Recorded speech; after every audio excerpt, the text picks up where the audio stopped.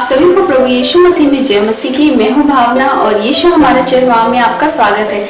आज हम जिस वचन में देखेंगे वो हमें मिलता है सबोपदेशक उसका 3रा अध्याय उसकी 13वीं आयत में, जहाँ इस प्रकार लिखा है, ये भी परमेश्वर का दान है कि मनुष्य खाए पिए और अपने सब परिश्रम में सुखी रहे। खुद अपने पाक कलाम के पढ़े सुने जाने में आशीष से।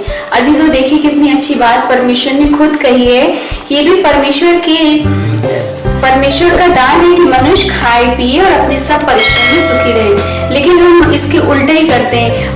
परमेश्वर हमें जो एक अच्छा खाना देता है, अच्छी जॉब देता है, हम उसका धन्यवाद न करके हम अपनी कल के बारे में सोचते हैं कि कल हम क्या खाएंगे, कल हमारी जॉब का क्या अंजाम होगा।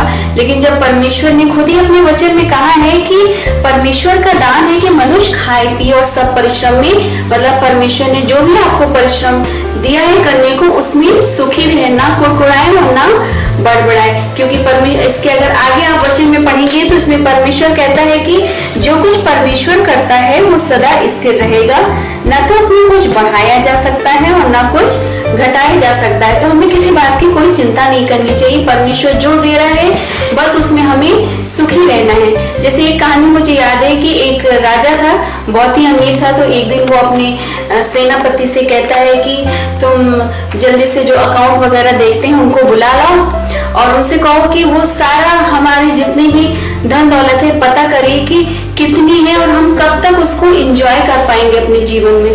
तो जब अकाउंटेंट आता है तो वो सारा लेखा जोखा लेकर बैठता है और सब जोड़ा घटाई करता है। तो उसको पता चलता है कि राजा के पास इतना दौलत है कि राजा की 7 पीढ़ी भी उसमें से खा सकती है। तो राजा को यही बात बताता है कि राजा साहब, आपके पास इतनी दौलत है कि आप तो क्या, आपकी 7 पीढ़ी भी अगर कुछ भी ना करे, बैठी रहे, तब भी वो खा पी सकती है, लेकिन 8वीं पीढ़ी के लिए नहीं बचेगा कुछ भी। तो राजा बहुत ही उदास हो जाता है, परेशान हो जाता है कि हाय, मेरी 7 पीढ़ी तक खाएगी लेकिन 8वीं पीढ़ी को कुछ भी नहीं मिलेगा। राजा बहुत ही निराश परेशान हो जाता है और अंदर ही अंदर घुटने लगता है कि मेरी 8वीं पीढ़ी का क्या होगा। और अपनी पत्नी से भी शेयर नहीं करता है। उसकी पत्नी भी उसे देखकर परेशान होती है।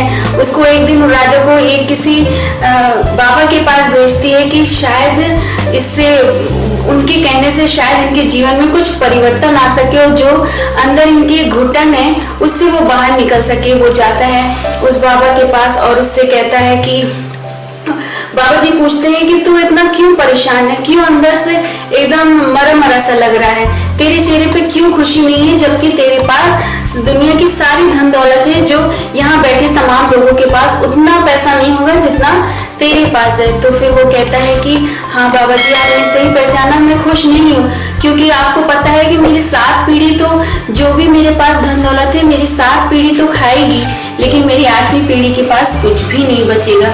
तो फिर बाबा कहता है बस इतनी सी बात है। तो कहता है हाँ बाबा, अब आप हमारी समस्या को हल करो, हमें बताओ कि मैं और कितना कमाऊं कि मेरी 8वीं पीढ़ी भी आराम से खा पी सके। तो बाबा कहता है कि बहुत ही आसान है, तू ऐसा कर, गांव के सबसे किनारे एक कुटिया में एक बुढ़िया रहती है, उसको तू जाके पाव भर 250 ग्राम आटा दे दे। तो फिर राजा कहता है बस इतना काम, ये तो मैं तुरंत कर दूंगा। राजा फिर जाता है, सुबह सुबह नेक्स्ट डे उठता है और जो भी वो जाता है गांव, और जो सारा आखिरी मकान रहता है, राजा 1 कुंटल आटा लेकर उसके लिए, उस बुढ़िया के लिए जाता है। जब उसका दरवाजा खटखटाता है तो फिर वो बुढ़िया होती है, वो खोलती है, उससे कहती है कि हाँ क्या बात है। तो राजा कहता है कि माता जी, मैं आपके लिए आटा लेकर आया हूँ पूरे 1 कुंटल। तो वो कहती है नहीं, मुझे नहीं चाहिए, मेरे पास है। तो कहती है नहीं नहीं, आप रख लीजिए, ये आपके लिए है। फिर वो कहती है कि नहीं, मुझे नहीं चाहिए, क्योंकि मेरे लिए आज के लिए है, काफी है। तो फिर वो कहती है अच्छा आप पाव पर रख लीजिए, 250 ग्राम रख लीजिए, आधा किलो रख लीजिए। तो कही कि मैं क्या करूंगी, कल के लिए रखकर, आज के लिए जो है मेरे पास बहुत है, और कल अपनी चिंता खुद लेकर आएगा, तो मैं कल के लिए क्यों सोचूं। बस राजा वहीं से समझ गया इस बात को कि मैं जो कर रहा हूँ वो गलत है। मेरे पास जो आज है, जैसे ये बुढ़िया के पास कुछ भी नहीं है, लेकिन वो उसके पास कल के लिए कुछ भी नहीं है, लेकिन वो अपने आज में खुश है कि परमेश्वर ने उसे आज के खाने के लिए वो सारी उत्तम कम आशीषें दी हैं जो आज के दिन के लिए काफी है। इसी प्रकार राजा समझ गया कि हमें कल की चिंता नहीं करनी है। आज अजीजों, मैं चाहती हूँ कि इसी कहानी के माध्यम से आप भी समझें कि हमें कल की चिंता नहीं करनी है, क्योंकि आज जो परमेश्वर ने खाने पीने को दिया है, अच्छी जॉब दिया है, घर में सुख और शांति दी है, आज के लिए काफी है। क्योंकि अगर हम कल की चिंता करेंगे तो हमारा जो आज है उसे हम खो देंगे, और जब आज को अगर खोएंगे तो हमारा आज कभी वापस आने वाला नहीं है। इसलिए परमेश्वर अपने वचन में खुद ही कहता है कि परमेश्वर ने कहा है कि मनुष्य खाए पिए और अपने सब परिश्रम में सुखी रहे।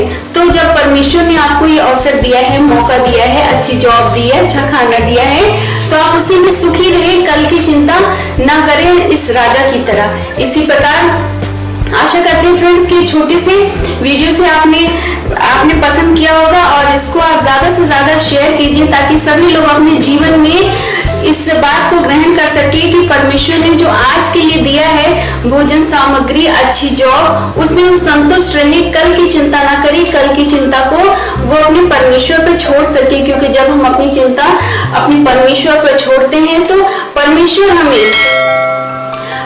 हमें बढ़ाता है आगे, और कल की चिंता की पहले ही परमेश्वर इंतजाम कर देता है। तो इसी प्रकार आप इस मैसेज को अपने जीवन में ग्रहण कीजिए, लोगों को बताइए, लोगों के साथ शेयर कीजिए ताकि वो भी इस वचन से आशीषित होने वाले हो सके। आप सभी को जय मसीह की।